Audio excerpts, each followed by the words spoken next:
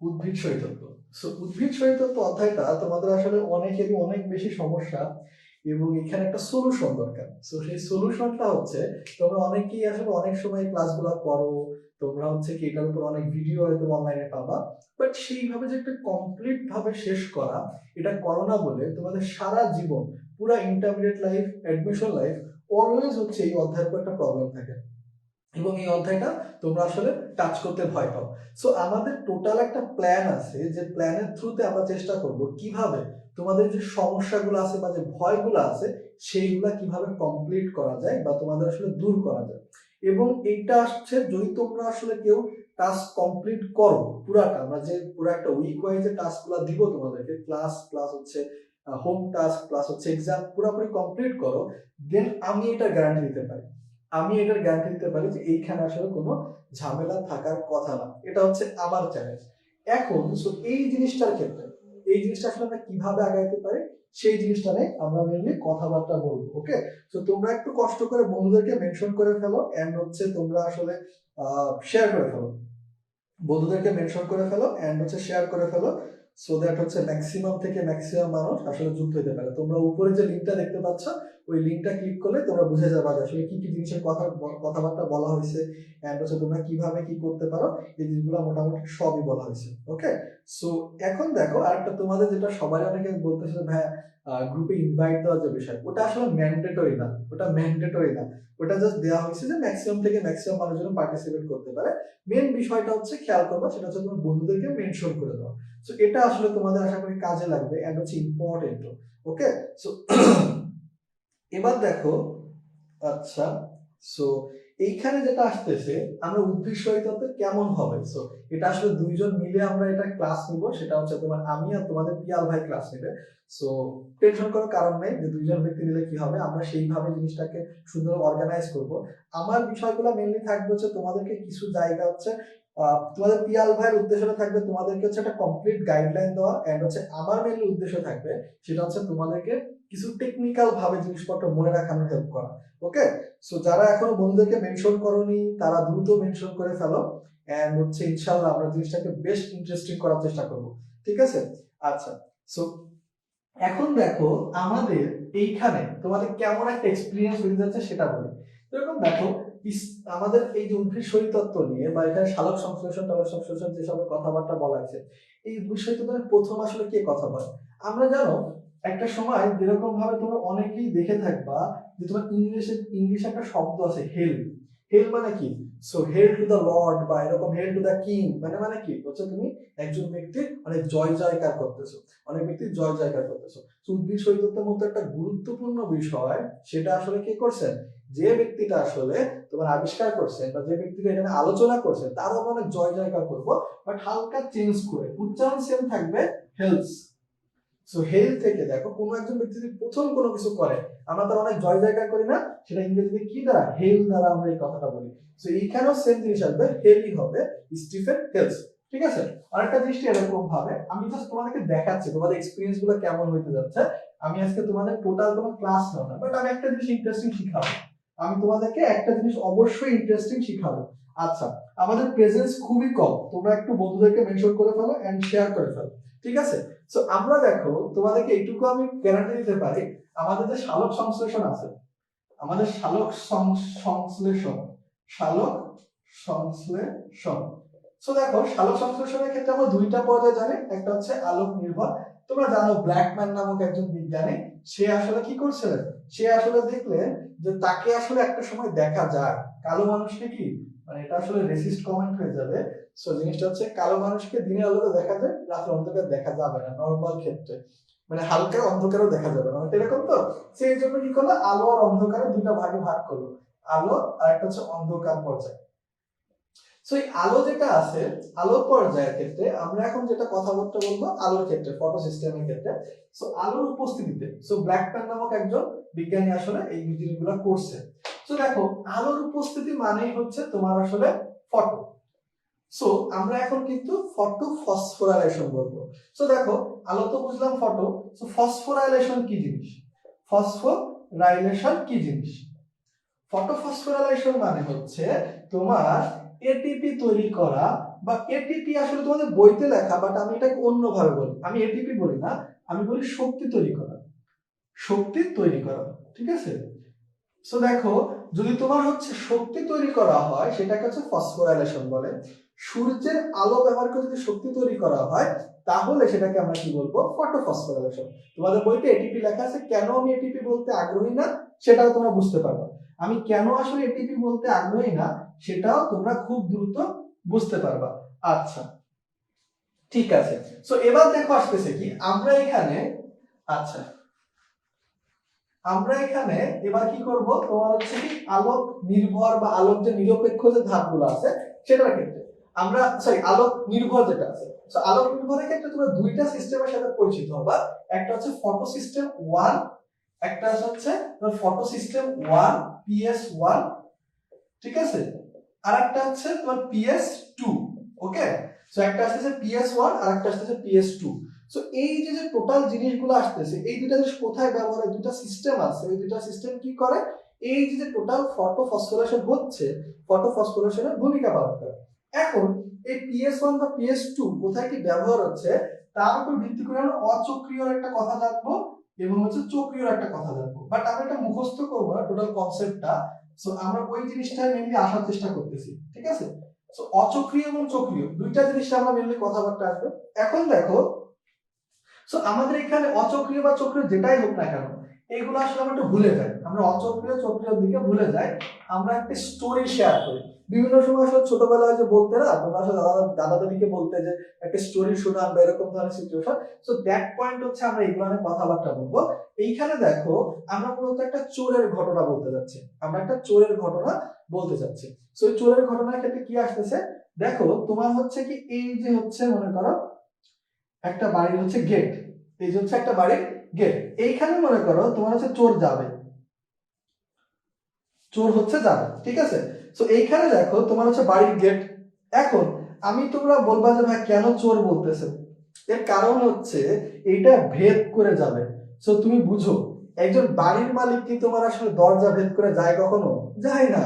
So চোরই যাবে অবশ্যই, এই জন্য চোর বলতেছি। এখন কেন যাইতে যাচ্ছে, সে দরজা ভেদ করে কোথায় যাবে, বাড়ির যে মেন রুমটা আছে, বাড়ির যে মেন কেন্দ্রটা আছে সে কেন্দ্রে যাবে। তো দেখো এইখানে সে করলো কি, কেন্দ্রে গেল, এখান থেকে কেন্দ্রে গেল। ওকে, যখন তুমি সে রুমের ভিতর যাবে, রুমের ভিতর যাওয়ার পরে কি হবে, তোমার অবশ্যই সে তো কিছু না কিছু তো চুরি করতে চায়, অবভিয়াসলি। তো চুরি করবে কি, এখানে খুব একটা মূল্যবান সম্পদ হিসেবে আমরা ধরে রাখছি যেটা হচ্ছে ইলেকট্রনকে। সে দুইটা ইলেকট্রন নিবে, কারণ হাত হচ্ছে দুইটা, সো দুইটার বেশি নিতে পারতেছে না, এক হাতে তোমার একটা ইলেকট্রন নিতে পারতেছে, সো দুইটা ইলেকট্রন নেবে। এবার দুইটা ইলেকট্রন নেওয়ার পরে সে তো পলাবে, কারণ হচ্ছে তোমার পুলিশ টুলিশ যে প্রশাসনের লোক আছে তারা তো তাকে খুঁজতেছে।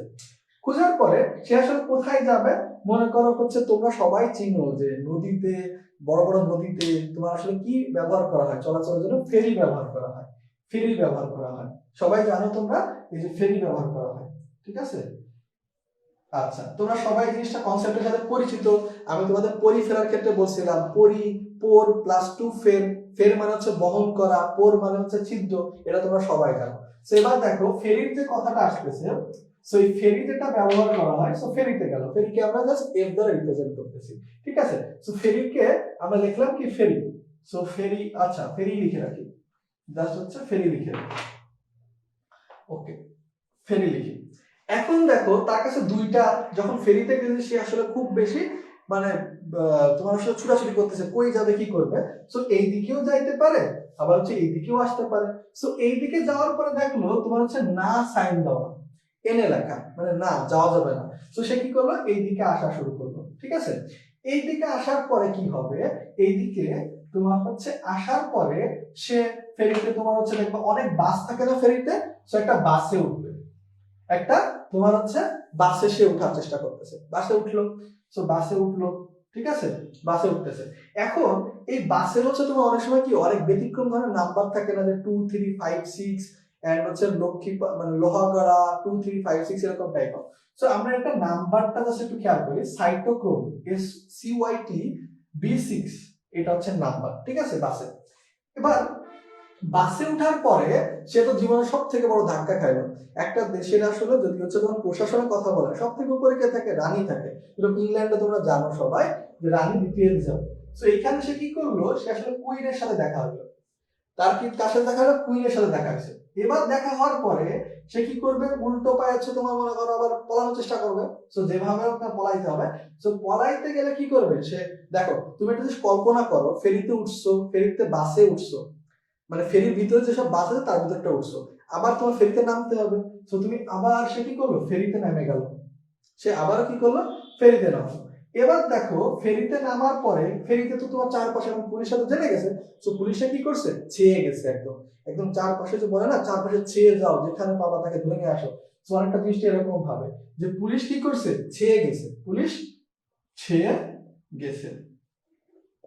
এখন দেখো পুলিশ যেহেতু ছেয়ে গেছে, সে এখন আর তার কোনো পথ পথ নাই, সে আবার সেই জায়গায় লুকাইতে চলে গেল। এখন এই যে স্টোরিটা বললাম, তোমরা এখন কনফিউজ থাকবা। তোমরা দেখেই বুঝতে পারতেছো যে আমি একটা ফটো সিস্টেম চক্রীয় বা অচক্রীয় আঁকার চেষ্টা করতেছি।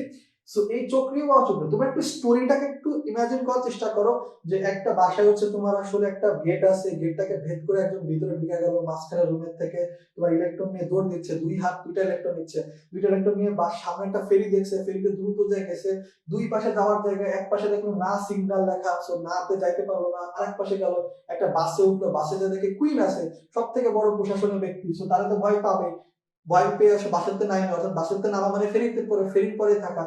সো ফেরিতে নামলো, ফেরিতে দেখে কি পুলিশ ছেয়ে আছে চারপাশে। সো পি দিয়ে আমি পুলিশ রিপ্রেজেন্ট করছি এবং ছেয়ে আছে, এইভাবে লেখা আছে। এবং সে কি করলো? শেষ পর্যন্ত আবার হচ্ছে সেই বাসায় আবার ফেরত গেল লুকানোর জন্য।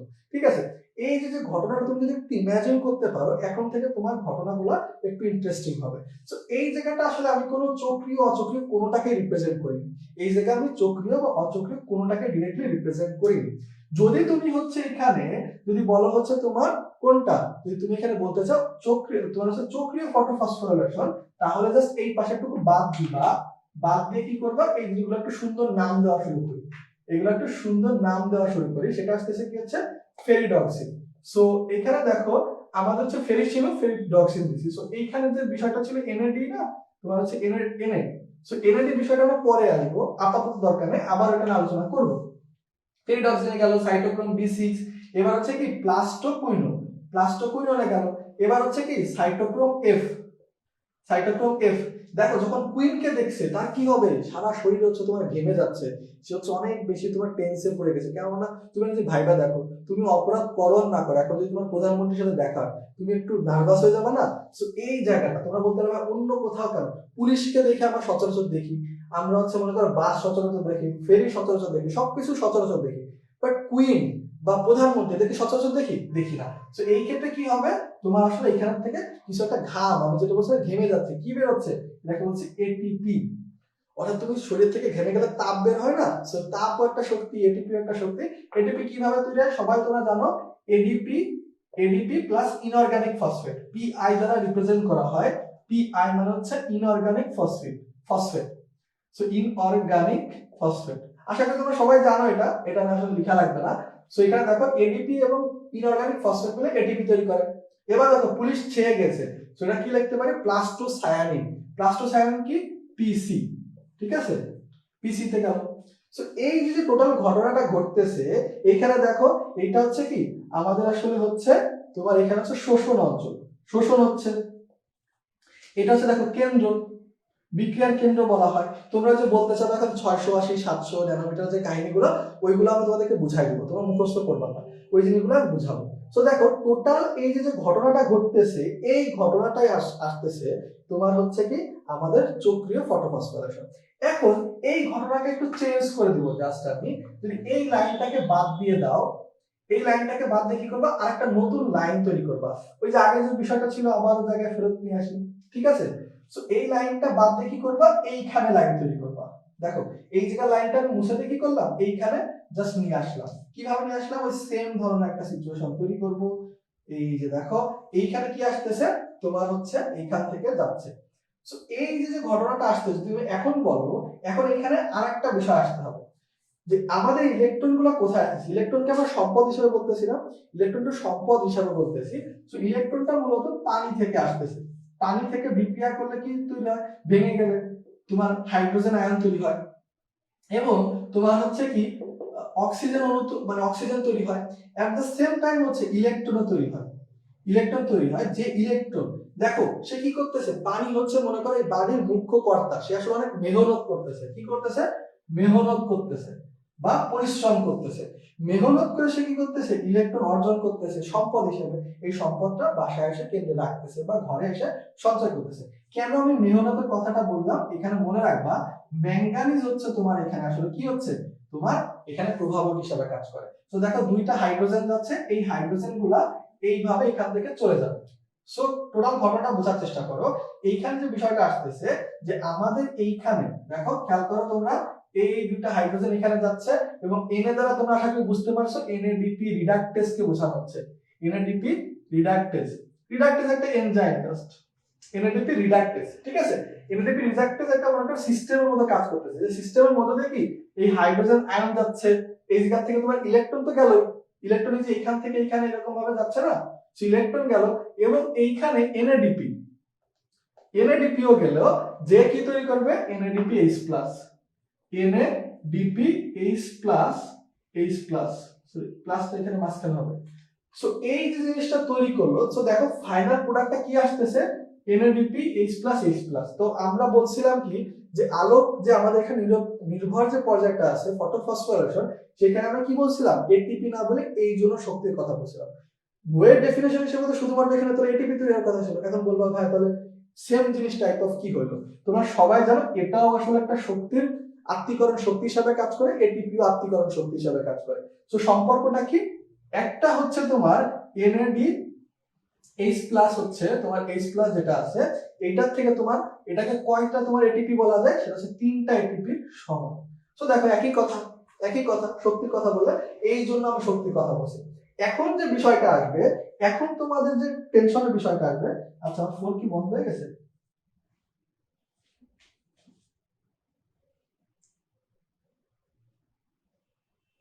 আচ্ছা যাই হোক। সো এখন দেখো আমাদের যে মেইন বিষয়বস্তু আসছে সেটা হচ্ছে ফটো সিস্টেম 1 আর 2। সো এইখানে আমাদের সরি আচ্ছা, সো দেখো ফটো সিস্টেম 1 যদি এটাকে বলি, এটাকে যদি ফটো সিস্টেম 1 বলি, এটাকে যদি ফটো সিস্টেম 2 বলি, সো এই ক্ষেত্রে আমাদের মনে রাখতে হবে যে ফটো সিস্টেম 1 এবং ফটো সিস্টেম 2 এর ক্ষেত্রে কি আসলে কোন তরঙ্গ দৈর্ঘ্যের আলো শোষণ করে। সো আমাদের কিন্তু দুইটা নাম্বার আছে, 680 এবং হচ্ছে 700। তুমি বলো তো, তোমার মনে করো ক্লাসে দুজন স্টুডেন্টের নাম্বার হচ্ছে এই দুইটা, তুমি কাকে বলবা ফার্স্ট, কাকে তুমি ফার্স্ট বলবা। মনে করো তোমার হচ্ছে 1000 মার্কের পরীক্ষা আছে, কেউ একজন পাইছে 700, একজন পাইছে 680, তুমি অবশ্যই যে 700 পাইছে তাকে এক বলবা, যে 680 তাকে 2 বলবা। সো এখানেও সেম ঘটনা ঘটে, ফটো সিস্টেম 2 এর ক্ষেত্রে 680 ন্যানোমিটারে এবং ফটো সিস্টেম 1 এর ক্ষেত্রে হচ্ছে 700 ন্যানোমিটারে। টোটাল যে ঘটনাগুলো তোমরা এখানে দেখলে, এই দুইটা ঘটনা যদি তুমি জানা থাকে, তোমার কিন্তু চক্রীয় অচক্রীয় ফটোফসফোরেশন শেষ। ঘটনা বুঝতে পারছি আমরা। এবং আমাদের এই পুরাপুরি আমরা যেটা বললাম, তোমাদের যে টাস্কের কথাটা বললাম, আমাদের পুরো জার্নিটা এরকমই হবে, এর থেকে ইন্টারেস্টিং আমরা বানানোর চেষ্টা করব। এবং কিভাবে তোমাদের আরো বেশ কিছু জায়গা আছে না, কেলভিন চক্র টক্র, হ্যাসেল স্ল্যাক চক্র, তারপর হচ্ছে তোমার গ্লাইকোলাইসিস, এই ধরনের জিনিসপত্র কিভাবে তোমরা হচ্ছে আয়ত্ত করতে পারো, সেই সব ধরনের জিনিসপত্র না কথা। সো তোমাদের উপরে যে লিঙ্কটা আছে ওই লিঙ্কে গিয়ে সবাই রেজিস্ট্রেশন করে ফেলবা এবং ইনশাল্লাহ এই জিনিসগুলো তোমাদের জন্য। দেখো আমরা কিন্তু অনেক ক্লাস করি, আমরা অবশ্যই তোমাদেরকে র্যান্ডমলি বেশ কিছু টপিকের উপর ক্লাস দেবো, বাট যখন আসলে হচ্ছে তোমাদের স্পেসিফিক জায়গা নেই, যখন একটা প্ল্যান আসতেছে আচ্ছা ঠিক আছে এটাকে পুরোপুরি শেষ করে ছাড়বো, এই টার্গেটটুকু যদি তোমরা নাও, ইনশাল্লাহ আমাদের উদ্ভিদ সৈকতে যা কিছু আছে ইনস এন্ড আউটস, তোমাদের একটা এমসিকিউ একটা সিকিউ কখনোই ভুল হওয়ার কথা না। আমি কিন্তু টোটালি স্টোরির মাধ্যমে মনে রাখতাম, আমি যে তোমাদের স্টোরিটা বললাম, স্টোরিটা কিন্তু এত কঠিন ছিল না। এবং এইটুকু যদি মনে থাকে তোমার কিন্তু এখানে থেকে ভুল হওয়া সম্ভব না। একদম রিসেন্ট যে বইটা আছে সেই বইতে কিন্তু এই চিত্রটা নেই, বাট 21 ব্যাচের যে বইটা ফলো করছে সেটাতে আছে। 22 ব্যাচের জন্য যে বইটা, এই বইটাতে মোস্ট প্রবলেম নেই। সো না দেওয়া থাকলেও তোমরা এই ছবিটা আসলে হচ্ছে তোমরা কমেন্টে জানাবা, সো আমি আসলে ছবিটা দিয়ে দেবো এবং এই ছবিটা অবশ্যই মনে রাখতে হবে, পরীক্ষার সময় আঁকবাও, দেখবা তোমার হচ্ছে মার্কে ঠেকায়। ওকে, সো ইনশাআল্লাহ তোমাদের সাথে এই বিষয়গুলো দেখা হবে।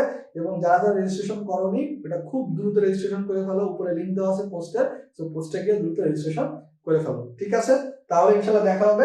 আজকে এই পর্যন্তই, মূলত আসলে শর্ট ছিল, বাট এর পরবর্তী থেকে আমরা আসলে তোমাদেরকে রুটিন দিয়ে দেবো, আমাদের রেগুলার কি লাইভ ক্লাস হবে, কখন কি হবে, সব জিনিসপত্রের আমার একটা রুটিন। আমি আর তোমাদের মেহেরাব ভাই এই কয়দিন ধরে হচ্ছে এই জিনিসগুলো নিয়ে কাজ করতেছিলাম, যে আলটিমেটলি আমাদের কি থাকবে, প্রতি মাসে এরকম একটা টাস্ক থাকবে, যে সেখানে হচ্ছে আমরা একটা বড় মেজর জিনিসকে সহজ করার চেষ্টা করবো। প্রতি মাসে একটা টাস্ক থাকবে এন্ড রেগুলার লাইভ ক্লাসের বিষয়টা থাকতেছে। এমনও দিন আসবে যেদিন এসএসসি ইন্টারমিডিয়েট দুইটাই লাইভ হবে। ওকে, ঠিক আছে, আল্লাহ হাফেজ তাহলে।